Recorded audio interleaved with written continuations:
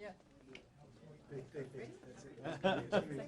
All right, good afternoon, everybody, and welcome back. We are now going to go on to our next session. This is our resident panel discussion session, and I am super excited to introduce to you four very happy Army-Baylor students. Happy because they are almost done with their program, so they will be graduating soon. So the purpose of this particular session here is to get the very valuable perspective from the students. Last hour and a half, you actually heard from our preceptors. Once again, I'm going to ask questions, and they're pretty much the exact same questions, but this time I want you to hear from the student perspective.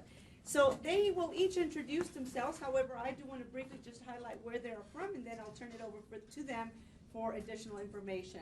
So starting right here, I have Major Tom Collette, who is currently doing his residency at Wilford Hall Ambulatory Surgical Center at Blackland Air Force Base. Next to him is Lieutenant Commander Frank Morrison, who is currently doing his residency at North Central Baptist. Next, we have Major Jared McGee, who is doing his residency, Army Medical Command Headquarters, or as we call MEDCOM. And then finally, we have Captain Becky Lutz, who is doing her residency at the University of Texas Health Science Center at San Antonio. Did I get that right, ma'am? Yes, awesome, fantastic. So, thank you very much. I am now going to turn it over to each one of you. Please introduce yourselves. Tell us a little bit about who you are, where you're working, and where you're headed. Okay. So I'm Major Tom Collette, like she said, over at Wilford Hall Ambulatory Surgical Center, the WASC, as we call it. So I'm a 70 hotel by trade, which is not hospital administration. It's medical plans, ops, intel, security, and training. So before Baylor and before this residency, I'd never really set foot in any sort of medical fixed facility. So I decided to go all out and go for a whole change. So I did the hospital administration, and I went to the Air Force side all in one big step. So I got a little bit of joint experience while I was there, and it's been great, both the hospital administration part and the Air Force side. Very good experience so far. So like I said, all of my prior experiences was medical operations for Stryker brigades, infantry brigades, sustainment brigades, doing various levels of medical planning for them. After this residency, I will go back to doing 70 hotel jobs. I'm going to stay here in San Antonio at the AMED Center and School, and I will be the 70 hotel course director. So looking for the rest of my career to go back and forth between that operational side and the fixed facility side. I think the tools I learned will help me on both sides, regardless of whether I'm in a hospital setting or in an infantry setting or medical planning setting, or, as I get up in higher strategic levels, I can definitely weave these tools in and out of everything I do. So good experience the last 2 years. Good afternoon, everyone. I'm Lieutenant Commander Frank Morrison. I came to Army-Baylor with 12 years of Coast Guard time in service, and I was a career ship driver for 7 of those 10 years when I came. 3 afloat assignments. I had no medical experience. I had no experience in any kind of healthcare environment, so it was kind of similar to Tom, very much of a right full rudder course change for me. But I have had a phenomenal experience, both the academic year and in my residency. I'm assigned over at the North Central Baptist Hospital, and my preceptor is Eric Schmacher. He was a former Army-Baylor student, former Army-Baylor faculty member, and just a wonderful human being. So I sent him a note today that said, I'm 1 phone call away to follow you wherever you want to go, even if it's the moon. I worked on a variety of different things there, everything from peeling stickers off a window to doing a business case analysis, some quantitative analysis. Eric, I had the fortunate opportunity, Eric also has his Lean Six Sigma Master Black Belt, so I worked with him on a variety of projects. One of them was a project for my portfolio. After this, I'll be heading to Base Boston, and I'll be the department head for health, safety, and work life. So I'll have my toe back into the healthcare environment, and I think I have retired from driving ships, so for the foreseeable future. But a great experience, and everyone I run into, I recommend Army-Baylor. So, Jared? Cool. Thanks. Oh, you have one. Sorry. Oh, that's right. This is ours. Sure. I was so worried they'd be on microphone stands, and we got to find a happy medium, so this works. My name's Major Jared McGee. I'm doing my residency at MedCom headquarters. I'm a 70 Charlie by trade, so we're health service comptrollers. I've done that job for about the last 6 years or so, and decided to step away and do Army-Baylor, but I'm going right back into it. So I'm going to go take the account at Fort Stewart Wynn Hospital right after this. I'm taking off on the 22nd. I've been a comptroller at different levels. I've served at the regional level, so the big hospital level, and I've served at the small hospital level in Bavaria Medac and that was my assignment prior to this. The Army-Baylor experience, even though I had experience in hospitals before, has really opened my eyes to just a completely new realm regarding administration and policy. So it was definitely something that I recommend to all the comptrollers coming in now, and even the ones who have been in it for a bit, saying, hey, it's not something you should discount. It's still something that could be absolutely value added to your career. Right. Hi, my name is Becky, Captain Becky Lux. I am currently doing my residency at Itasca. I am in my 24th year of Army service. I did 15 years as military intelligence first before getting my nursing degree.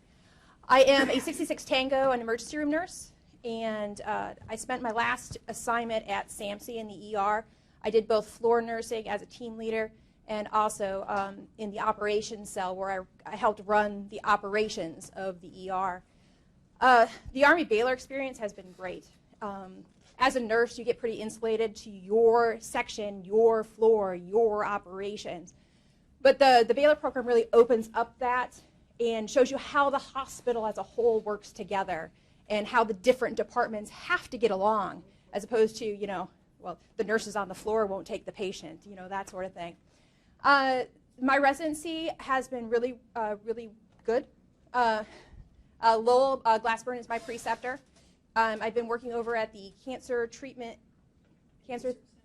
therapy, I don't know, CTRC. I've been over at the CTRC in the radiation oncology department. I've done projects for both Lowell in CTRC as well as the anesthesia department and the Department of Emergency Medicine. We were lucky enough to get to a lot of different departments, including the different schools, and that was really beneficial to seeing how this institution works together. Other than that, go Baylor. Oh, I'm sorry, I'm heading to Fort Gordon, Georgia. I'm going to be as a nurse methods analyst. Fantastic. Well, thank you all very much for the wonderful introductions. I'm going to go ahead and start the questions. So, students, just so you know, the audience members this morning have learned all about how the second year or the administrative residency year really is designed so that you all can take what you've learned during your didactic year and actually applying it to real-world settings. Part of this is making sure that we tailor the experience to your specific needs. What I'd like for you to start with is to actually tell us or explain to us how you prepared for the initial meeting with your preceptor.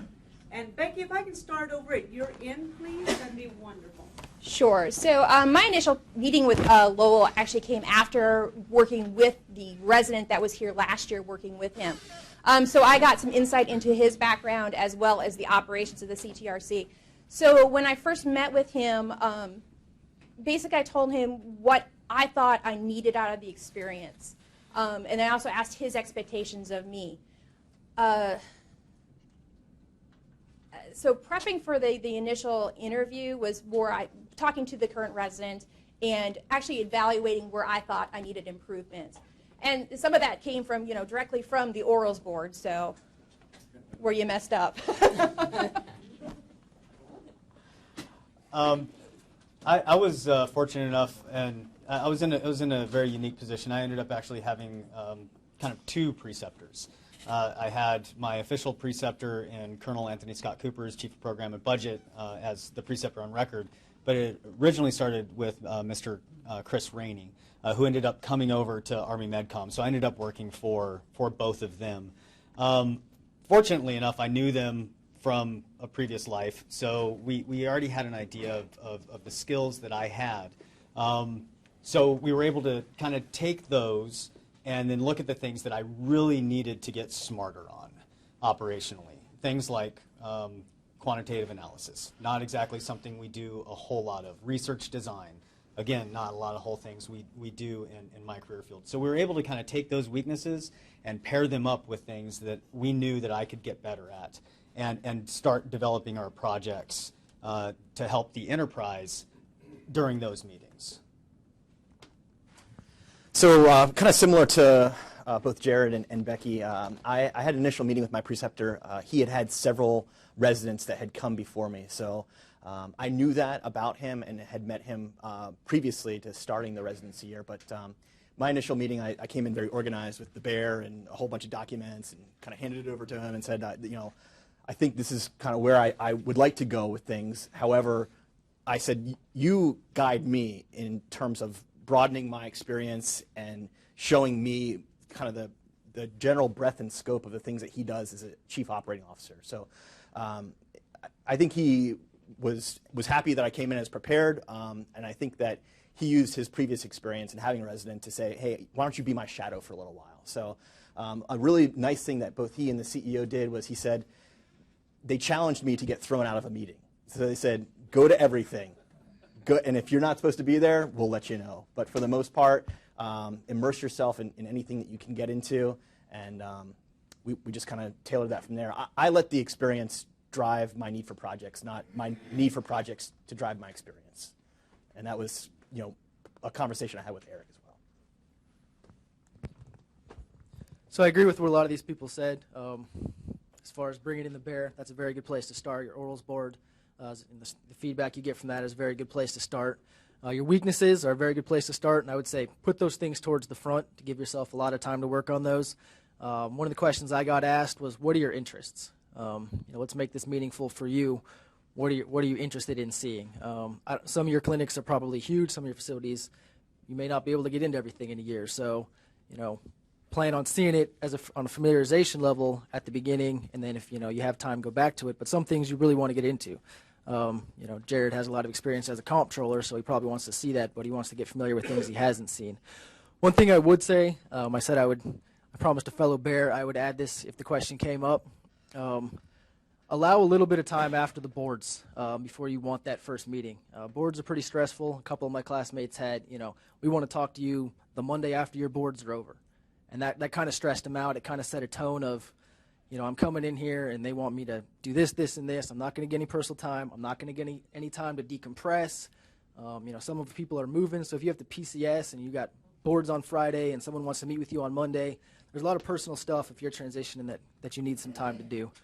So I said I would say that. Obviously, that's not going to work for some organizations. I'm not saying let them report in October, because you want to get started. You don't want a complete brain dump, and you don't want someone that's completely checked out. But just sort of to reiterate, the bear is a good place to start. Your weaknesses, your interests, and then as the preceptor, you know, anything that's unique with your organization. Some people have the experience in an MTF, but your MTF might have something completely new, something completely different, something we may not even know exists. And if you're going to a civilian organization, or like I was going to an Air Force organization, it was really nice to get oriented to something that was brand new to me. You know, so both the MTF and the Air Force, just to get me set out. And then some ROE, some rules of engagement for how the year's going to go. So my preceptor, you know, he said, you know, when I send you out with people, I'm going to tell them, you know, you're here to learn, you're here to help them where you can, you are not a rat, you know, you're not here to report back to me all the dirt and these things that, you know. So I want people to open up to you, and I want your eyes to be an outside set of eyes. You know, you have the tools, you have all these new things you've learned. So bring that back to me, and, you know, complete honesty is what I want from you. If you see something that you think is broken, you know, don't use your inexperience as an excuse to not bring that up. Bring that to me, and, you know, I'll try to explain it, or, you know, maybe it is broken, and maybe we need to get into that. Maybe I just haven't looked at it from that point of view. So total honesty and just being completely open and transparent with each other, I think, from the start, was a good way for me to feel like, okay, you know, I'm here, I have some tools. He understands, like, I'm not here to be, you know, him. I'm not a subject matter expert, but you know, I can bring value to the organization, and don't be afraid to bring up my ideas, my opinions, and he will value my opinion as well. Thank you very much. I appreciate that. Great way to start the conversation. And I love that you've already talked to Bear several times, so thank you for doing that. And that leads me to the next question that we have, because much of what we focus on is competency development. So we want you, by the time you reach your residency side, you've already identified your weak areas. So what I'd like for you to do now is just talk a little bit about, or give us a very specific example of how you and your preceptor actually tailored your residency experience to support competency development. Okay, so Jared, do you want to start with that one, or do you Sure, want to absolutely. that way? Don't be afraid. You know, they talked about the bear, and we talked about the boards, and so we spoke of weaknesses coming in. Don't be afraid to make your resident uncomfortable. What I mean by that is don't be afraid to give them exceptionally challenging projects to do. Okay, it's kind of the iron sharpen iron. You can be there to help them out, but they bring some skills in as well, right? So it's a great opportunity to really put them in that uncomfortable position and let them work through it, right? Because you're there as a preceptor to kind of observe, and then getting a little off track. Let me bring you back in a little bit. Don't get too crazy. All right, you're done. Let me see what you got. Okay, this is good, but work on this, this, and this. So don't be afraid. Don't coddle them. I mean, really put them out there. Make them present. Make them do the hard projects. Make them present their projects. For example, I am not great at writing academically. So my preceptor made me write articles to try to get published. Do that. Oh man, are you sure? Are you sure you really want me to do this? Okay, let's try this. And so we took a project and we wrote it up. So don't be afraid to do those things. They bring a lot of skills in, and you're only going to help to make them stronger by doing that. So without any healthcare background, what I had talked to my preceptor about, and I think he actually formulated this plan in his head prior to me even arriving, but he knew my background because he had seen my resume, and I talked to him a couple times. But I arrived, he was gone for a couple days, but I had a note on my desk that had said, hey, I want you to spend time in the preoperative unit, and I want you to just watch. Just check out what's going on. You're a brand new set of eyes. And that was his way to kind of just introduce me into healthcare in a very clinical environment that he knew I didn't have any kind of background about. And I migrated from there across the entire value stream of surgical services, which was really incredible because here's a guy that gave rudder commands a couple years ago and now is watching robotic surgeries. So that was amazing.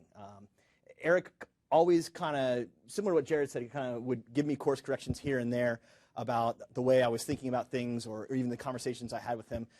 There wasn't a whole lot of formal presentations I had at North Central. Occasionally I would present something to the administrative team, but I always circled back with Eric probably before and after the presentation to say, like, hey, how is this? What can I do better? Where do I need to go next? And we kind of used that as the stepping stone into what the next chapter was going to be for me. And it varied every couple weeks. I was moving on to something else or looking at something else for an assignment that they had given me. And I just kind of, it was like a lazy Susan of stuff that I was working on kind of towards the January time frame. So it changed a lot, but my preceptor really kind of ran that game for me as far as how to develop my competencies. So to build on that, as I said earlier, I'd say front load your weaknesses, just so you can hit them a couple times if you need to. The bear is a good tool for guiding you, showing you your weaknesses. One of the things I found with it is the more you get into it and the more you learn about something you think you're good at, the more you're like, oh man, I said I was a 6. I did a good business case analysis. My finance stuff was strong, and then I go talk to the finance guy, and I realize, man, I don't know anything. So it's one of those things that as you think you're getting better, you'll find out more and more. There's more and more to it that you don't know.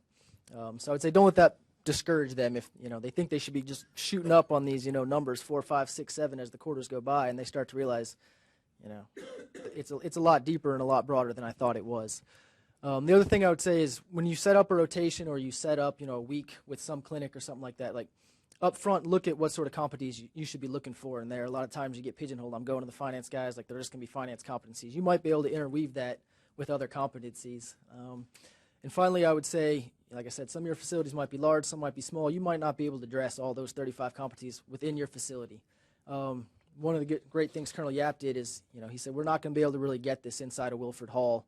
I think you'd get it a lot deeper. You'd get a much better understanding if you went out here and saw it here, or if you spent a week with this individual, or if you went to this conference. So don't be afraid to, lose your resident for a week to somebody else to help them gain something they may not be able to get at your site. That everyone else has said. You want to look at what your weaknesses are and where you can grow those. As a nurse, I knew the clinical side. I could tell you how a nurse's day goes in any clinic. But like Tom, I didn't know the finance side. I dealt with very simple numbers as a nurse, even in the ER operations. So what Lowell did was he kind of pulled me out of the clinical and pushed me into the finance. And we had to do that a couple of times during the year. Because the nurse manager at radiation oncology, she was constantly coming to me with problems. I was like, oh, here's your fix. That's not the right answer. In the end, I learned to say, what do you think you should do? Have you thought about it this way? So that helped me a lot, letting other people think for themselves. And then pushing me back into the finance. Very, very much. Excellent. So, you know, this last year you had plenty of deliverables. Yes? There's all kinds of quarterly reports that were due. You had your midpoint project that was due, et cetera, et cetera. Please tell us what you did or how you and your preceptor worked together to make sure that you met all the required timelines. Yep, go right ahead. So I think a lot of that starts with your initial meeting or maybe your second meeting after you get to know them. So have this manual in front of you. Your resident should be familiar with all the dates. It helps a lot if you're familiar with all the dates. I don't know how far you guys can schedule out your calendars. Much better to be early with things, and we'll get to this 2 weeks before it's due, 3 weeks before it's due, and then you have to go TDY for a week or two, and you're out of the office, and now we can't get this done. I didn't find any of the deliverables too hard to meet. Probably the hardest one to meet was that January, that initial draft project, because I want to spend a lot of time getting familiar with the organization, building my schedule, getting out to see as much as I could so I could figure out really where I wanted to go for the next, 48, 44 weeks. And then all of a sudden I was like, I got a project due in, whatever amount of months. I want to take some Christmas leave. So maybe having an idea of a project up front, not a solid, it doesn't have to be an exact project, but a couple ideas that, as you're going through, these 3 sections, these are some projects that I think could be done if they interest you, or if, you get in there and you see that that's a real problem. So that's probably the hardest deliverable to meet, in my opinion. So start on that from as close to the beginning as you can. Let them start working on that. And that also gives them the opportunity, if you want to collect data for 6-8 months and make it, a broad, meaningful project, starting it in September gives you the chance to do that instead of feeling like I can only collect 6 weeks of data on this and then I'll get down as much as I can. So that's probably the hardest deliverable, but I didn't find any of them too difficult to meet. I agree with Tom. I think the way that my preceptor and I kind of developed the relationship is he said, "You're a big boy, Frank. You get me your stuff with 2 to 3 weeks lead time so I can review it, I can read it, but you need to manage your assignments and you need to get them to me so I can read them before they go out." I mean, that was the conversation. He never had to remind me about that stuff again, and I was honest about, hey, I'm working on this project right now, and these are kind of a little bit of the walls that I've run into here and there, and can you give me a little bit of guidance? But for the most part, Eric let me manage the calendar as much as I wanted to. Tom does have a really good point, though, about the January deliverable. I didn't find that there was so much of a problem with the one project, but it was the half project that was required. So one project for me, in my mentality, is like, okay, this is my assignment, this is my deliverable, this is the time I need to do. I need to execute this, and that was easy to wrap up and put a bow on. But the kind of half assignment was more of a, well, I think I know what I'm going to work on here. Eric, what do you think about this? And he's like, yeah, sure, that sounds pretty good. You definitely want to course correct here, and here. But what was valuable to me was to bounce that off of my academic advisor and say, hey, Captain, this is what I'm thinking about. I'm not locked into this, right? And she was very reassuring that I could change a lot of stuff. That made me feel a lot better. But it was that half project that I struggled with in trying to formulate it and develop it.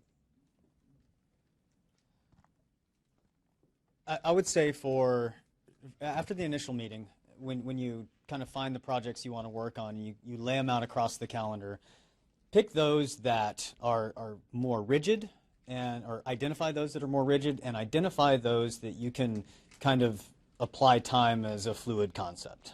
You can work on them a little bit here, and you can work on them a little bit over here, but there's no definite hard stop. For those that are a little more rigid, nothing makes people work better than, number one, meaningful work, and work that you have to meet a deadline on, right? So get those projects that are going to be of legitimate benefit to the organization, and that you have a deadline on, right? So that kind of helps you all right, I've got these things I can work and I can tweak, but then I've got these things to make sure I'm managing these deadlines as they move across the calendar year. That's kind of how we worked it. So during my residency plan, I put all of the dates that I needed to meet on the plan, but some of them still snuck up on you because you'd forget. I do agree that you should have something. It was nice to walk in and be handed a project. My first project was like, okay, this is what we're doing. We want you to do it. Okay, and so it was a little harder to write up because I didn't do a lot of the background. I had to redo the background information so that it was my work and compare it to the work that had been done before. But that made it easier to make that January deadline. I think the biggest thing that I would recommend is that don't get your residents set in their 4 projects. They need to change. And I think that it was harder for me to write the 4 projects up at the end because as I'm writing one of them, I'm like, this was not the best project that I could possibly do. And it's not that I didn't do more than 4 projects, it's that I didn't have all of the data to write it up after I'd already done something else. So. Becky, that's great, and I'm glad that you kind of brought up the project, because what I really want to talk about is your actual portfolio. Because without that passing, you don't graduate, right? So that's a huge piece of your year. So how did you ultimately end up selecting your portfolio projects? Some of them I walked into. Like I said, the first project was like, okay, we're instituting a call center. Tell us why we're instituting a call center and how it's going to affect us. So that was easy to get involved with because it was already kind of in the process. I was also able to work with some consultants during that project that the CTRC had actually brought in for, I'm not sure for evaluation. My second project, I probably should have dropped it, but it had to do with the provider templates. They really wanted them to be templated as opposed to a free flow, any appointment at any time, because it was harder on the staff. But it was so similar to the background information that I did for the call center that I felt like I was almost repeating the work. Lowell got me in touch with the anesthesia department, and that's how I did my third project, and they wanted to bring in a PQRS reporting tool. So I did all the evaluation and background for them. And then the fourth project, I was really glad that we eventually got into the ER over at UHS and with the ER people, because they have like 20, 30 projects going on at any given time. And we said, hey, can I do that one? And they're like, oh, sure, here you go. So it was really nice. It kind of goes back to the what I said earlier about meaningful work. The joke for, I guess, the class before us was the Christmas tree lighting ceremony, right? Nobody wanted the Christmas tree lighting ceremony because it was made abundantly clear that you, number one, couldn't do the Christmas tree lighting ceremony. You can do it, you just can't submit it as a part. So it goes back to that, meaningful work. So the way we selected the projects, we kind of laid some concepts out, some ideas, and we found, okay, what's really meaningful work and what's going to be really challenging, big, ugly, hard, nasty, things you've never done, back to that being uncomfortable thing. That's how we kind of picked them. We laid out about five solid, ideas. And like Becky said, we ended up kind of morphing two into one, and then taking some pieces of the flotsam and jetsam that was left over, and decided, hey, this would be a great idea to do for best practice. So let's kind of come up with something like that. So at the end of the day, we ended up picking those things that we really thought would make a difference to the enterprise, right? To the enterprise. So for you guys, for your organization or your system. That's all right. I'll take it, and I'll have two. I'll be in stereo. So for my projects, I think I'd already set up a question or two back that my initial project was kind of provided to me to go into the preoperative unit and to take a look at process efficiency from a Lean Six Sigma perspective. So I started there, and it was a great introduction to healthcare, like I already mentioned. And then from there, I would occasionally, I went to so many meetings, and I could have gone to so many more. but in those meetings, I would usually come away with some idea or an assignment. I'd say to my preceptor, hey, can I start working on that? What do you think about where I should start with this? And that's definitely how I started working on a patient safety project that I wrote up for my portfolio. Another project just I got lost in, and you'll get the pun in a second. We had some serious signage and wayfinding issues at North Central, and I just kept running into people that were lost in the facility, and I said to my preceptor, I was like, hey, let me just take this on. I don't think I'm going to be able to write this up. I think we really need to work on this because people are getting lost all over the place. And he said, yeah, that's great, man. I really appreciate you helping out with that. That's verbatim what he said. We had a really informal relationship. And he would text me things like, hey, bro, can you take a look at this? And wonderful human being. So I just started working on that, and then I eventually talked to a couple faculty members. And I said, hey, do you think I can use this for my portfolio? And they kind of gave me some reassurance that I could if I looked at it holistically and from a business perspective background, which I ultimately ended up doing. My fourth project it was one of those, I felt like I was rounding third and looking for my last project and looking for it. And finally I just said to my preceptor, I was like, hey, I really need a business case analysis. And he said, well, today's your lucky day. This one just came into his inbox. So again, I get back to saying that I let the experience drive my projects, not my need for projects drive the experience. And he saw where my strengths and weaknesses were. And there was probably 3 or 4 other things that I wish I could have written up because I think that they might have been a little more meaningful. At least to me they were. I don't know how they would have looked academically, but I worked on a lot of different things. So it was, at the end of the day, it was what I could kind of academically defend and illustrate and talk ad nauseum about. Well, I guess it wasn't ad nauseum. It was 3 pages. It felt like it towards the end. So I had a lot of the same experience. My first one was sort of given to me, which was great. I think that worked out really well. It was also great because it came from my preceptor. So like Jared said, it was meaningful work. I knew it was something he was interested in. I knew it was something I'd be able to talk to him about. And I knew it was something that he would stay engaged with. Same thing, going to meetings. All these people have problems. They have things they want to work on. They don't know who to assign it to. They don't have time to assign it to them. And you sit there and you think, I've got a lot of tools and I think I could help this person out. I had a lot of autonomy to just go straight to that individual and be like, I would like to start working on this. And then as I get into it, this is the team I need, or I don't think I need a team. I just need you to, help me collect some data from people. So from those meetings.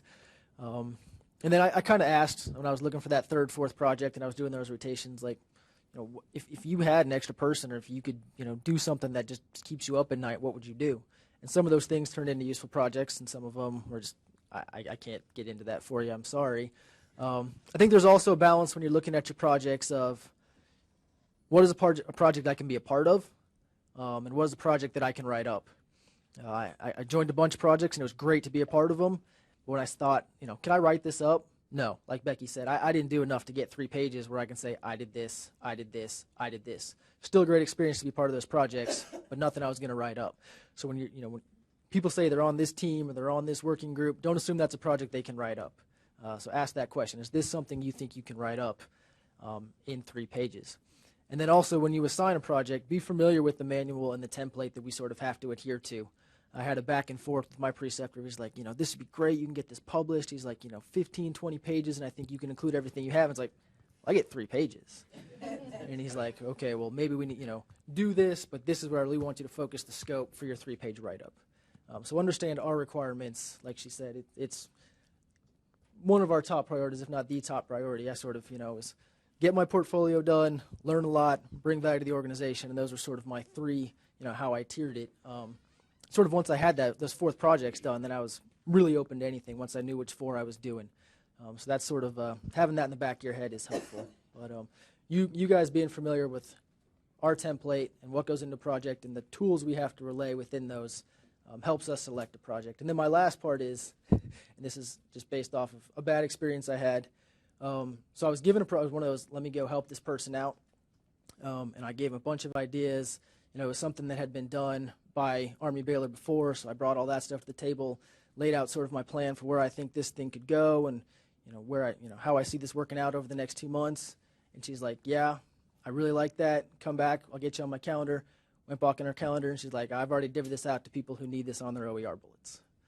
So I was like, okay, well, do you want me to be a part of this? So that sort of, again, I was all about helping this person out, and then I sort of got shot down because they're like, yep, love all your stuff, but I'm looking out for my people first. So if you can sort of bring us in as your people, that helps a lot, and we'll go out of our way to help you guys out.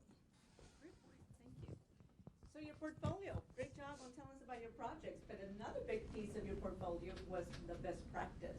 So I'd like for you to tell us how you actually selected the best practice. And Frank, you want to go first on this one? Yeah, sure. So my best practice it's a concept called strategy deployment. It is boosted idea from the Toyota production system using a Hoshin strategy. So it's a set of cascading initiatives that starts very high level with the corporate structure. The tenant corporation has developed a balanced scorecard for each of their facilities. And from that balanced scorecard, that you're all very familiar with this concept and principle, the health system, the Baptist health system, which is 5 hospitals, each hospital comes up with their own metrics of how they're going to drive those key performance indicators for tenant. And then from those hospital initiatives and key performance indicators, each of the administrative team members develop their own set of initiatives. So it's like I said, it's very cascading down. And what it does is it kind of bridges the gap between the balanced scorecard and the very tactical level, day-to-day operations that is performed at least at the North Central Baptist Hospital. That was my best practice. How I started on it was getting lost in the hospital. So it sounds kind of interesting, but North Central has a Gemba walk that takes place every single day. So that was something I participated in from day one by my preceptor's instruction. It was great because I learned the hospital in about 2.5 weeks. I got lost about 47 times, but I got to visit with every single Gemba stop, and there were about 30, clinical, not clinical, ancillary.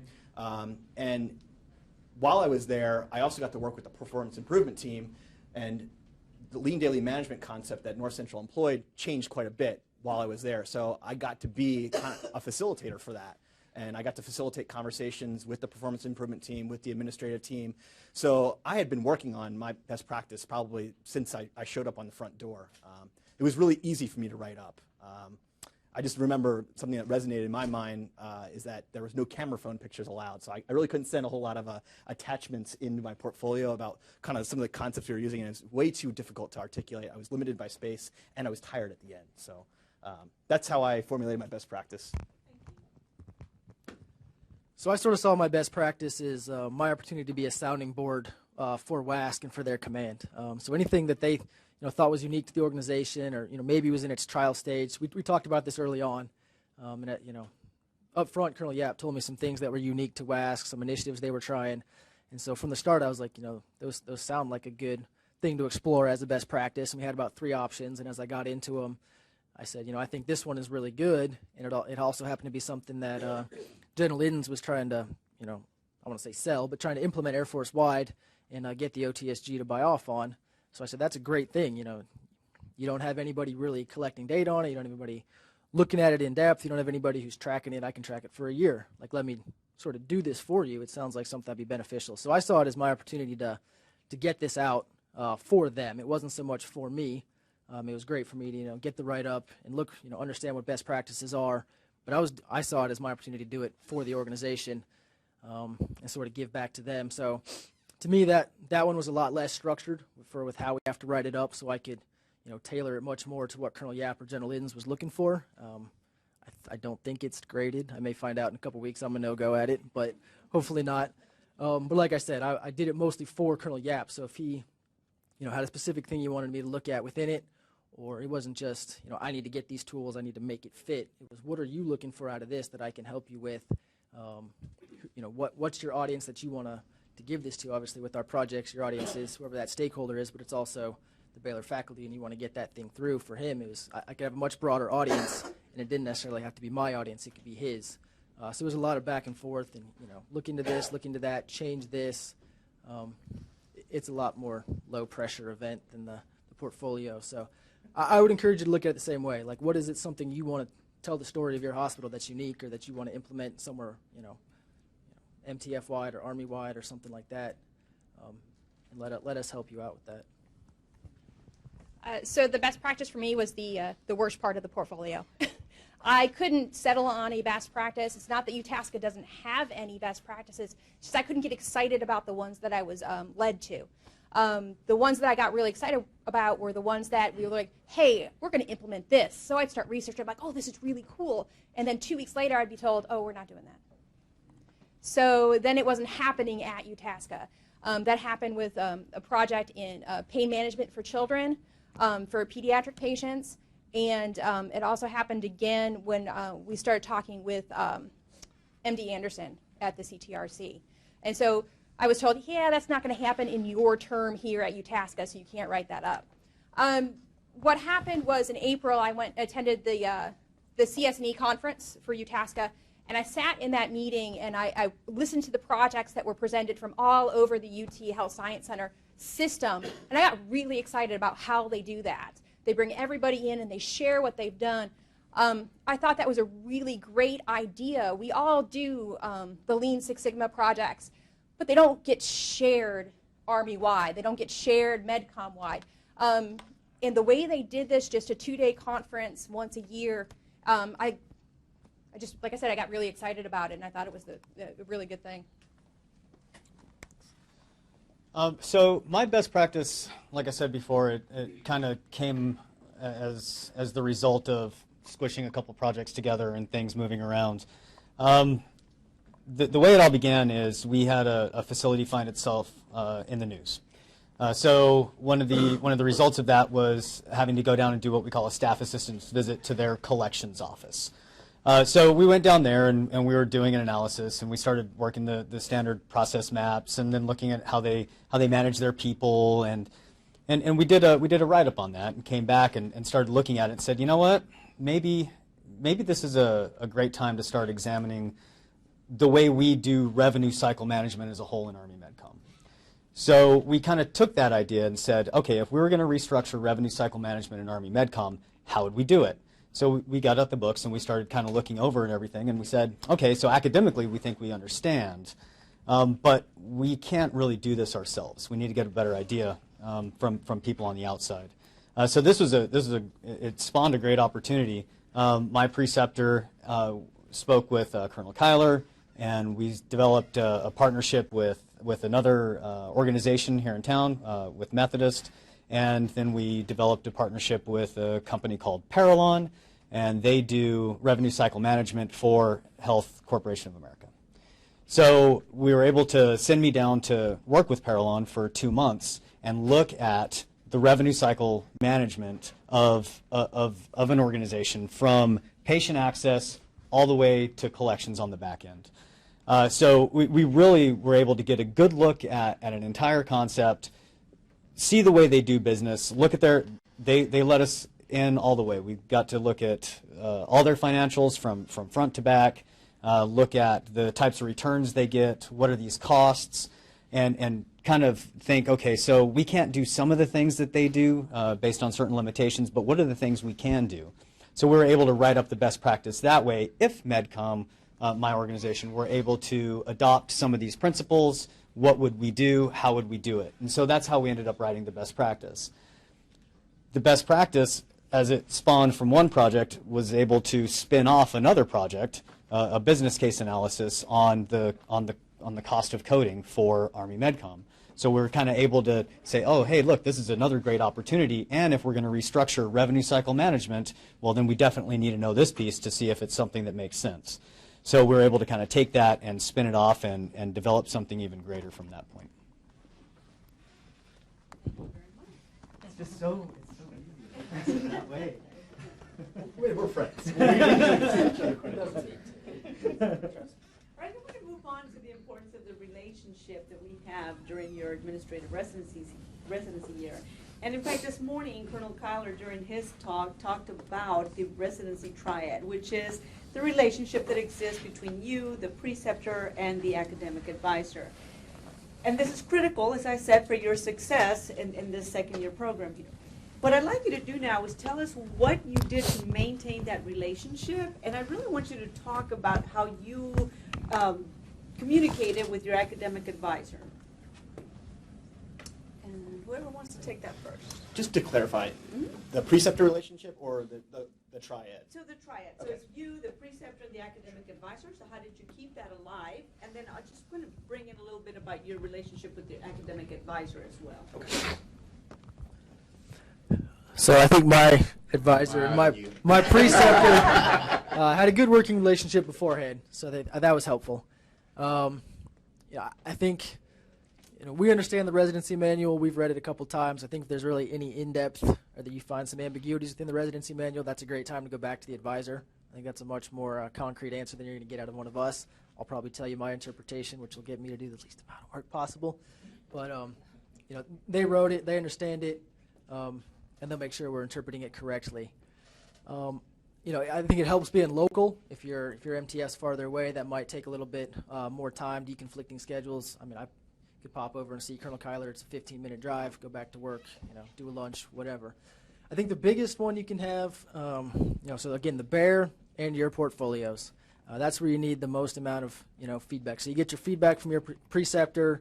I think you need to do this. I think you need to do that. This is where I'd like you to take it. And then your advisor sort of has this is what your 3-person panel is going to be looking for in your project. So if one wants you to go this way, one wants you to go that way, maybe sort of bringing them together. How can we, make this project still meaningful to your facility, but also meet the requirements? We never had any issues like that. That's really the only point I could see there being some contention if, they wanted you to go in a wildly different direction than, what you could get into 3 pages or show some tools that you thought you needed to demonstrate. I thought it was pretty easy, maybe with the bear, just addressing some of the competencies, defining some of those competencies if you have any questions. Some of them are, somewhat ambiguous, or if you're not from a military facility trying to, what is military doctrine? How am I going to teach this person military doctrine? Well, they might have some ideas just from their experience of, we've had people at this facility, and this is either where we sent them, or this is how we incorporated, or this is just, something you can give them on the side to help them meet that competency, since you might not be able to get it within your facility. So my advisor's in the back of the room. She's a wonderful, wonderful human being, and has done more for me than a lot of people in my lifetime, that's going to take too long to explain, but just rest assured, I'm giving you the Frank Morrison guarantee, that lady's awesome. I communicated primarily with Captain Downs via email, and I'm not someone that's usually brief in emails. So at one point in time, I'd send her this 3-paragraph email, like, hey, I'm really concerned about all these things I read in the residency manual. Am I meeting this stuff? Like, how much of this is concrete, set in stone? And she sent me like a 2-line email back, said, calm down, I'll call you tomorrow. So I trade emails with Captain Downs probably once every 2 to 3 weeks. She came out for a site visit, which was great. She met my preceptor. He had her out. At one point, we were supposed to do lunch, but then we didn't. But she had come out and seen me, and then he would occasionally send an email to Captain Downs and CC me on it and just say, hey, Frank's doing everything he needs to be doing right now. He's doing a great job. I just don't worry about the situation out here. Everything is fine. My relationship with my preceptor, I mean, the guy is now a mentor for me. The big thing that I found was that the guy that I work for, he would give me all the time in the world. I could show up at his office at 5:05 p.m., and he would stay there until 7:30 at night. The problem is he didn't have all the time in the world to give.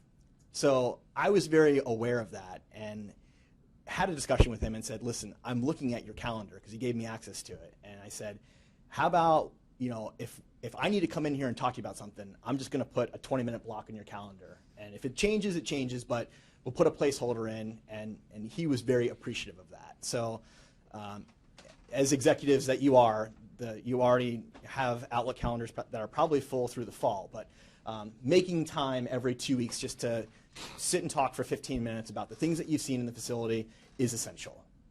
And I found that to be very helpful, and we ironed that out and kind of developed a running one. I would walk with him out to his car if it was the 5 minutes he could give me, but yeah. My relationship with the preceptor. My first preceptor found out I was going to be my advisor found out I was going to be his advisee throughout, and he decided to retire.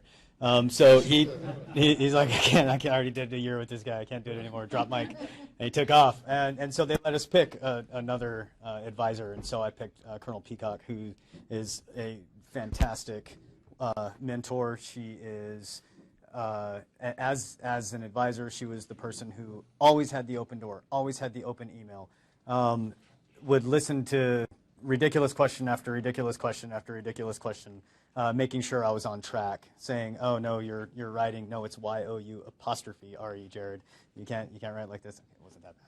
But so that's the kind of relationship we had. She is very professional, definitely kept me on track, and gave me meaningful feedback on everything. My relationship with my preceptor is something more akin to a older, probably better looking big brother and relationship. So they're there to push you out into the world, to make you do hard tasks. They always have the open door for you. They let you know when you're ridiculous. They let you know in a nice way when you're not as awesome as you may think you are, but they don't beat you down at the same time. So that's the kind of relationship that I really valued from my preceptor. It was something that I knew I could go to him and always get meaningful advice, and I could at the same time I could take almost anything to him without fear of being ridiculed or anything like that. But because that would happen if I took him anything that would make me look ridiculous, it made me put in the effort on the front end too, to the best of my ability. So I think that type of relationship is paramount. So I'll just start off saying that I'm an introvert. So I try to solve all of my problems myself. I don't want to go to anybody and talk to anybody about my problems. I'm just going to solve it myself. So with my preceptor, when I ran into that wall I couldn't fix, he's here now, so. I just had to go sit down in his office and say, this is my problem, and he would help me fix it. Or send me in the right, not just help me fix it, but send me in the right direction to get it fixed. With my academic advisor, mine switched halfway through. And again, being an introvert, I probably didn't develop that relationship as well as I could have during the second half of the year. But anytime I had an issue, a problem, a question, he was awesome about responding within like 10 minutes. Great. Thank you all very much. All right, so the next question is a little top-loaded type question. Some of you have your preceptor here and or your advisor, but I still want to hear, or we all want to hear, your honest opinion on this. So, if you could do your residency program again, or your residency year over again, what things would you change? Okay, I'll start. I'm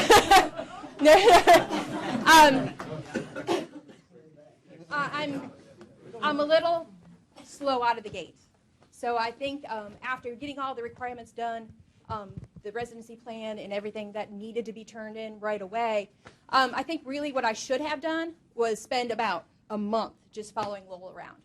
Going to every meeting, coming in when he came in, leaving when he left, going to every meeting he had, whether it pertained to anything I needed to hear or not. That would have been the thing that I changed. I feel like my residency was, seriously, I'm not saying this because of the people in the room, it was a wonderful experience. Off the top of my head, if I were to do it again, I would do it exactly the same way. I wouldn't change a thing. But, seriously, but if I were able to do something differently, or do something in addition to what we did, I would honestly, I would have loved to have gone out and hung out with you guys for just a month. Yeah, I think we should have done that more. Yeah, and that was my fault. I mean, I easily could have reached out, I'm sure, and jumped in a back pocket and said, "Hey, can I follow you around? I'll carry your lunch," something like that. So that's the one thing I would do, not differently, I guess, yes, but in addition to what we already did. Underscore that comment, boldface, italicized, 28-point font. I didn't go anywhere else, and that's probably the number one take back that I wish I would have done. There's plenty of folks standing up here with me and folks that I talked to, and even folks that I hosted out for a little bit at North Central, but I did not go anywhere else. And the sad part is I developed this list of places that the CEO had told me, hey, go check out this, and go do this, and go do that, and go do this, and time got away from me. I got immersed in a lot of the daily tasks that I had taken on for the organization, and I didn't do the homie hookup as much as I should have. But that's probably the number one thing that I wish I would have done. My admin residency plan, I think, just on this as a tangent, and a couple of faculty members have heard me kind of be gruff about this, but my rotation schedule I maybe stuck to 13% of the things I said I was going to do when I was going to do them. Now, I'll tell you, I think I covered everything on there probably within 95%, all those topics and the areas and places that I was supposed to go, but didn't conform to the dates I said I was going to go, and I had to be very flexible about that. So just keep that in mind going forward, that it's great to have a plan in place, but I expect that my experience is not individual in nature. So I would improve communication, both with my advisor. I did sort of the minimum communication back and forth with the project portfolios, at least right up until the end. Then I was like, hey, can you look at this? Can you look at this again? Can you look at this again? So, that draft one's great. Not a bad idea to have them look at it even before you get to that draft one. And then again, maybe in between, and then a couple times. Again, their advisor has other stuff to do besides just look at your portfolios, and they have 5 or 6 other advisees whose portfolios they need to go through too. So encourage that feedback. Same with the preceptor. That was a little bit better at the beginning, getting that feedback, especially with the project he was interested in. Communication with my preceptor. So his situation changed throughout my residency. He had to take on additional roles. Didn't have quite as much time for me as he thought he was going to. I think the issue wasn't that he wasn't trying. The issue was we didn't have a backup plan. So when you're going to be gone, or boss is gone for 3 weeks, I'm the boss, I'm the guy now. Why don't you go link up with Colonel so-and-so, Lieutenant Colonel so-and-so, or the chief of this, and I'll brief him on what you're looking at and what you need to be doing. So having a backup plan in case you're gone for some period of time or you just get overwhelmed and you can't make those meetings. And then the final thing for us, like they said, was you have to put that schedule together kind of early. No one really holds you to it, but understanding what makes a good rotation. So we put things down on a calendar, for a week or 2 weeks, and I'd get in there for a week and feel like I needed to be there for a week, and then after that week was over, and it's like I probably could have done that in 2 days. So we kind of went back and forth with what makes a good rotation, and to me, we sort of, I drew it out for him. It's sort of an hourglass shape. So it starts kind of at the higher level. I meet with the senior administrator, or the element chief, or the squadron commander of wherever I'm going to see, and they give me the overview of what their mission is, how they support the big picture, projects they're working on, and then I go meet with the person who does this and the person who does that. I don't need to know how they do it. I need to know what they do, why they do it, and how that feeds into the big picture.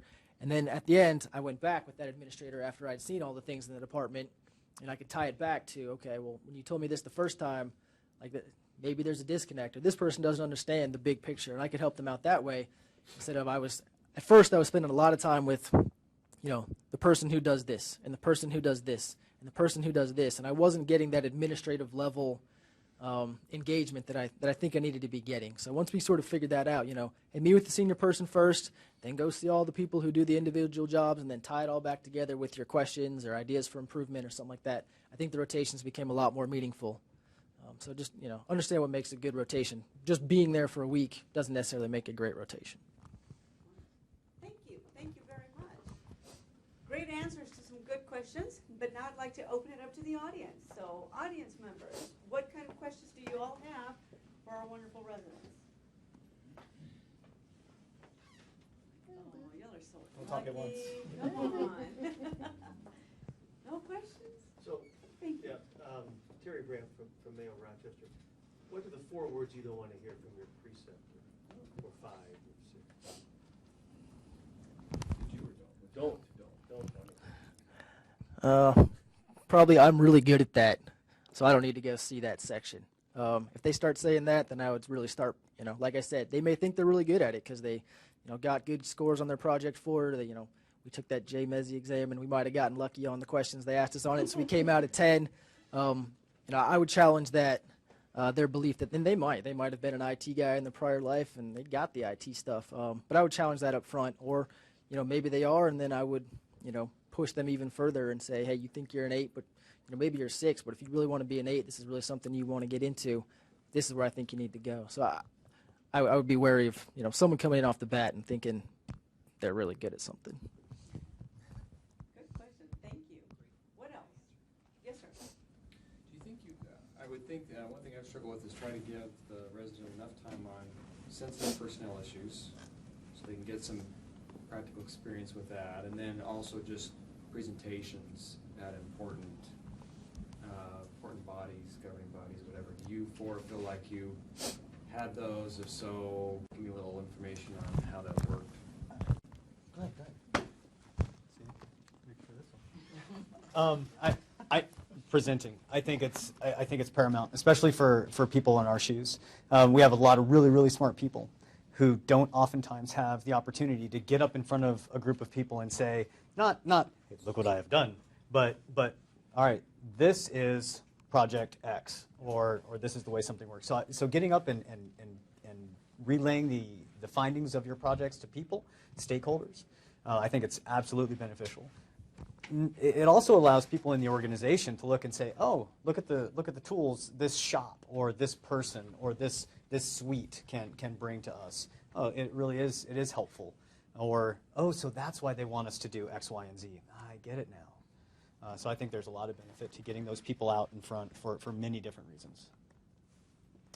On the personnel side, one thing that my preceptor and the CEO did almost immediately, within probably the first 2 weeks, is they brought me in on interviews with a variety of different people. Everything from your director level for your clinical units to your folks that are potentially going to get an administrative team position. So that, I thought, was exceptionally enlightening in just the vetting of the candidates, the questions that were asked.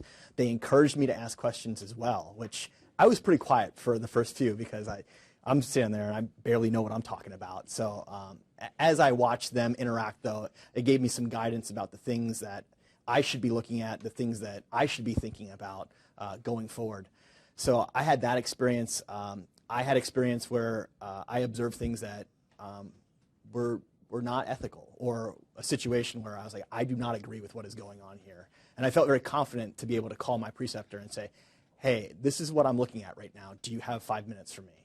And that was interesting to talk to the HR folks as well, to say, this is what I saw, this is what I don't think is going on here when it should be going on here. So I had that exposure. On the presenting in front of groups, I had several administrative team presentations that I had. I also was an instructor prior to coming to Army-Baylor for ship drivers. So I felt pretty comfortable presenting things. Not saying that I was an expert at it by any stretch of the imagination, but I thought that the informal groups that I was participating in with Kaizen events, with just talking to clinical directors, was as important, if not more, and the development of those relationships really is what I think made my residency experience truly amazing. I knew all those directors when I was leaving. Becky and Jared, do you want to add anything? Yeah. Nope, you're good? Okay, sir. Yes, your class was the first cohort to actually come through and use the new methodology to how we write up our portfolios. So can you speak a little bit to that in terms of what did you think about the portfolio guidance that was in the residency manual? And last year we didn't actually put the rubric in the manual, the individual rubric. We posted that a little bit later, and some of you guys probably got a chance to see that. If you're familiar with the one-page rubric that kind of asks you the questions for each section, just talk about that so we can improve that, or areas we can improve, or what you thought was good with that. So as far as the portfolio is concerned, when I was writing up the projects, the hardest part of my write-up was separating the methods and the results. Exactly. I felt like it would be much better of a flow if I could say, this is what I did, this is what I found, this is what I did because of that, and this is what I found. And then maybe wrap it all up in the end. To me, and the way my mind works, that would have been easier for me. It was really hard for me to separate the methods and the results. It was very difficult to write in the first person, too. I did this, because we're all used to being parts of a team. We did this, or this was done. So it was very hard to write in the first person. If I were to make a comment on this, I would say there's a challenge when there's a discrepancy between an example and what's in the guidance. It makes it a little tricky. So that's for that. That's the only thing I would really change. For me, a challenge, much like Becky said, the way my mind works is And it's something that I'm trying to get better at is academic writing. Is I'm more of a conceptual kind of flowy kind of guy. So I think of things flowing from one part to the next. So for me, a great challenge was trying to flow from section to section, but still having those kind of, I don't want to say rigid, but more defined start points to each section. So that was challenging for me. I understand the environment, though. I don't think that's necessarily something that really needs to be changed, because that's probably not what this environment is really going for. So if I were to change anything, it would be to look at those discrepancies between examples and guidance. I had the residency manual up on one screen while I was writing on the other screen, so I was going back and forth and back. It's like a tennis match. You could watch me. It's probably really entertaining for anyone that walked by my little closet that I was in. So I found the instructions in the manual were like, for the sections detailing exactly what you need to have in there, that was relatively clear for me. It was just some of the mechanics of it, of the spacing and the appropriate sections that were delineated out, kind of what Jared had talked about. My big issue, I like to write. So we disagree there. So concision for me was difficult in keeping it at 3 pages. I would have really preferred to have like 3, just like the way the best practice is laid out, 3 to 4 pages of a write-up, because that really would have helped me as I was putting the finishing touches on my portfolio. There were things that I did on those projects that I just couldn't put in there because I didn't have the room, and it wasn't as important as the things that were said in there. So I wanted a little bit of flexibility, but I also didn't want to get the no-go, so I stuck to no more than 3 pages and no more than these addendums. So that's my only critique going forward. See, I agree with that. 4 pages, there's a lot of times like, man, if I could have an extra half a page, that'd be great here. And that wasn't necessarily, well, it's because I have an issue being concise, but it's also because I wanted to, spew forth as many tools as I learned in the didactic year and show you, like, look at all that I took in. And I was worried if I didn't, like, they'd be like, why didn't you do this? Well, I did do this, but I couldn't fit it into these 3 pages, so I chose not. So I'm an over-explainer when it comes to certain things. So I found it hard to really explain everything within 3 pages. And then I would say the hard part is, not so much between the example and what it asked for, but was when you go back and you're like, okay, I'm doing a quantitative analysis. Let me look at last year's quant. Well, last year's quant, I got 25 pages to write this up. So, and I had to include this, this, and this. So to me, Baylor thinks this is important, but I can't fit that into these 3 pages. So you kind of have to go back and forth and do. And that's a conversation I think you need to have with your advisor in the end. Is hey, I want to explain these 7 things. I think I can only get 4. Which 4 need to get into this and show that I learned enough to get through this. I had one other thing I was going to say. Darn it. Oh, the two pages of appendices I think is too little, especially if you're doing a process improvement and you want to do like a process map. I mean, I had an 8-deep swim lane thing that took 6 months. Trying to figure out how to fit that into 1 page on a process map is, and so the advice I got from, some peers was, focusing on some things that are important, focusing on this and that. But then to me, okay, so now I need to explain why this part's important and what happens later, but it's not on the process map. So there's the fear of, I did it, it's not going to get shown. Again, it's conversation with your advisor. If you could add possibly a 3rd for appendices, I think it would be a lot easier to maybe write that concisely into 3 pages. Or, for regression analysis, there's a lot of things you want to show. And if you can have a picture that you briefly hit the highlights of and then reference them down lower, that's a lot easier than trying to do just descriptive statistics for this, this, and this and have to write it all out because you don't have room to put it in the table. So just to let you know, we've expanded that to 4 appendices. So we're learning and evolving. Excellent. Don't be too jealous. That would help. Thank you. Awesome. Okay, any final questions from the audience? Yes, sir. One, congratulations to get this far through the program, almost to the end state. Those of us that are grads kind of have been there where you've been in the past. It's not easy, so hats off to you for that. One of the things that's most important, at least to me, and a lot of the peers that I've talked to, is the ability to influence. Because ultimately, that's where you make your money in what we do on a day-to-day basis. So how is your residency done in setting the skill sets in each of you to be able to go to whatever your next assignment is or along your career and wield influence as the most strategic tool that you have? So the Army-Baylor program is kind of shunned by the nurse corps. Just a little bit. Yeah. My goal is to influence more nurses to go to it because it really will help us incorporate ourselves into the hospital. So that's my biggest takeaway from that, is that this could help a lot of nurses out there. I think it's paramount. Again, not to reuse the word, which I just did. So that's twice, so no more. To get those people in front of people of influence in the residency. So what it does is it gives them the experience. For example, I was walking down the hall after I finished my rotation at Parallon, and I was just kind of going back to my it's kind of a cubicle, but not really. So I was walking back to my desk-ish thing, and I was grabbed by my boss and the director of finance accounting, Colonel Craig, say, hey, we're on our way to talk to DCGO, the Deputy Commanding General of Operations, about revenue cycle management. Come with us. Okay, all right, so the whole way down the hall, all of 60 feet, I'm thinking, all right, what am I going to say? What am I going to say? All right, so I'm ready.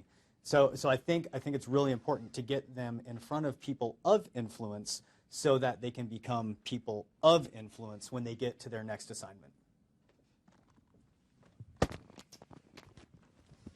I guess I'll answer it from if I had a two-word answer, it would be value stream. Is the vast concept that should be employed in terms of what's the most influential tool. Well, looking at it from a conceptual, very removed perspective, and look at your entire value stream of operations and where are you trying to influence items, and that was my major takeaway, and a word that I saw my preceptor using a lot. The relationships that he had made, that was probably the second greatest thing I learned from him. At one point in time, I had said to him, I said, hey, how long did it take you to learn all of these docs? Because you know all of them. And we had about a 20-minute discussion on the nature of the relationship that he had with the docs and how he tried to get them involved as much as possible in overall hospital operations, from committee work to just kind of day-to-day clinical things that they were doing. So that was the big thing for me. And then my preceptor always, he hosted plenty of folks out from BAMC and plenty of folks from Army-Baylor to come out and see lean daily management. And he gave a really good talk on leadership and how the military structure, all 5 branches, impart leadership at kind of every grade along the way, and the importance of that leadership going out into the civilian and the private sector. So those were the 3 kind of key concepts for me. Yeah, I'd say definitely don't let the leadership aspect be lost within the residency. I think it's kind of easy to get out there. You don't have a title. You don't have anybody that works directly for you, and for good, right, and different. That's sort of how we associate our leaders. These are my people to lead. So when you get there and you're a resident and you go from this clinic to that clinic or from this section to that section, you don't feel like a leader, even though you do still have the ability to influence at that level, and even at the preceptor to to resident level. Don't treat leadership as just let's check this. It's a competency. Let's say we did it. Let's improve it. Like, I think that's one that you can incorporate into everything. And for me, the leadership in a facility was much different than it is in a infantry brigade, where it is very, right up the chain, and that you're the leader. That's how it works. Whereas you get into, this group practice manager has to work with these colonels, but he's the one who gets to influence how it happens. Now he has to. There's a give and take, but it's not just straight up and down the chain. So explore those differences. Don't let that get cut out. You guys have a lot of experience both with leadership and within the hospital and the facility. So, as much as you can share that with us for the mistakes you've made, mistakes you've seen peers make, and just the more experience you can share with us, I think that was some of the best stuff. I'd sit on a meeting and Colonel Yap would be like, "This is how I handle this today. This is how I handled it 5 years ago, and this is sort of what I've seen that has been the difference in that 5 years." So just sort of explaining how you got to where you are, where you'd still like to go, where you see us going, and how we can best lead. And you guys have the strategic viewpoint, so where we need to be going as leaders. Yes, sir. The really burning question that I have is, Frank, really? You were silent in the first interview?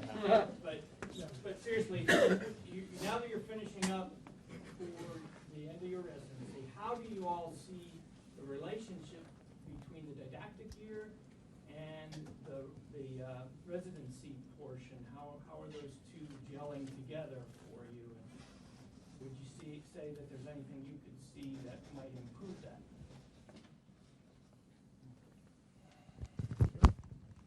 Thank you, sir, on underscoring that I maybe be a little vocal from time to time.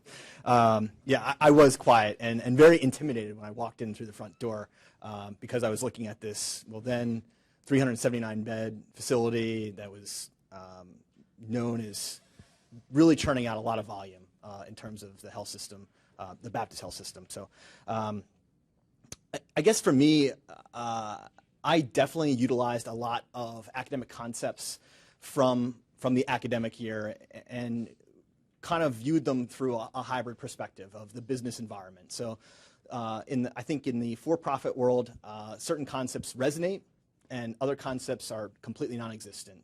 An anecdotal example is efficiency and productivity.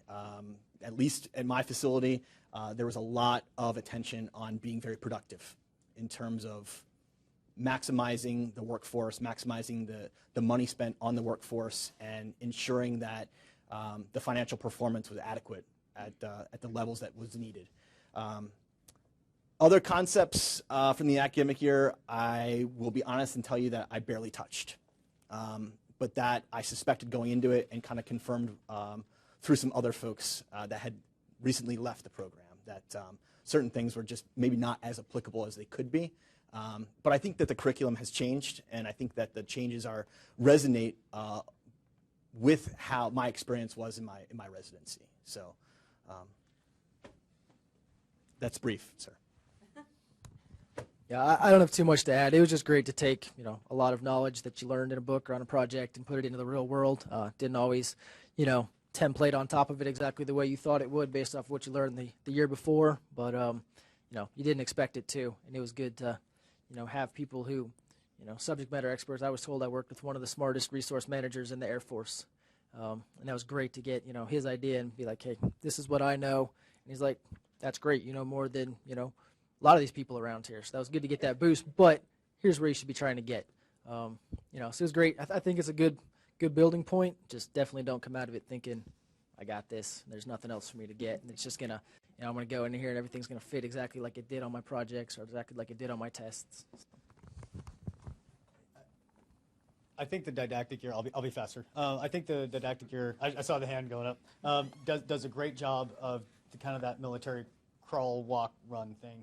A lot of the concepts are there, then we put them into practical application as a team, right? Whether, if it's something like quant or if it's something like finance doing a BCA, we get to learn the concepts, we learn the tools, we get to work on them as a team, and then we are put out in the real world to work on those things basically alone. So that's something I think the didactic year does a fantastic job of preparing us for. I think that flow is right where it needs to be. Yeah, Lieutenant Colonel Geeson, Chief of Nursing Operations at BAMC. So congratulations. Captain Lutz, what I'll tell you is that as a senior nurse corps officer, most of the senior nurse corps officers with intellectual capacity really do understand what an asset is. So my charge to you would be that, and especially to Lieutenant Colonel Hankins, who will be at Eisenhower, prove to those people what an asset and what your capabilities are. That's all I'd say. Yeah, I completely agree. I was very shocked when I was putting in my packet. I'm like, why are you doing that? Do you know that you're not going to be a nurse anymore? And then that kind of offended me a little bit, especially after going through the program and seeing how applicable everything we learn is to the nurse corps. I use everything I learned at Baylor every day at BAMC in the position I'm in. So all I can do is tell you to prove your worthiness and to prove what the capabilities and show other nurse corps officers what an asset this is. All right, let's go ahead and wrap this session up. I'm going to ask you one final question, and I want you to briefly give us an answer to it, all right? So to end on a good note, Just tell us very quickly what your best takeaway or the best part of your residency year was. After the didactic year, the best asset of the residency was the flexibility.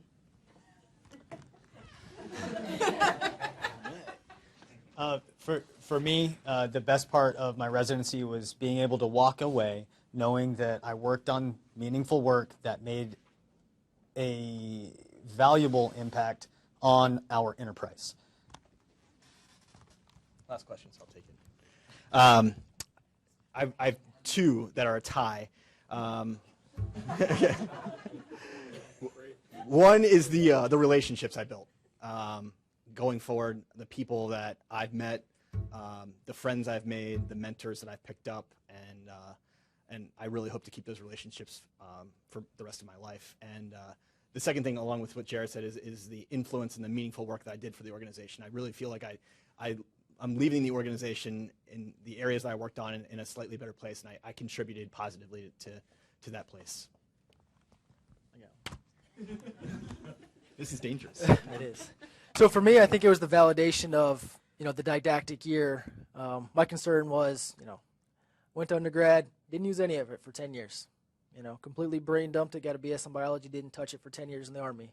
Okay, I'm going to go back to school. I really hope this year back at school is going to be worth it. You go through this residency year, yep, I can use this stuff every day. I can use this stuff the rest of my career. I can use this stuff after my career. I can use it as a 70 hotel. I can use it as a 70 alpha. So that to me was the best part that I learned. The stuff I learned was not a waste. It does apply in the real world. I can use it, and I can use it to, hopefully make the MHS better. Fantastic. Thank you so much. Well, that does conclude our resident student panel. I want to thank you very, very much for taking the time to come here and participate in this panel.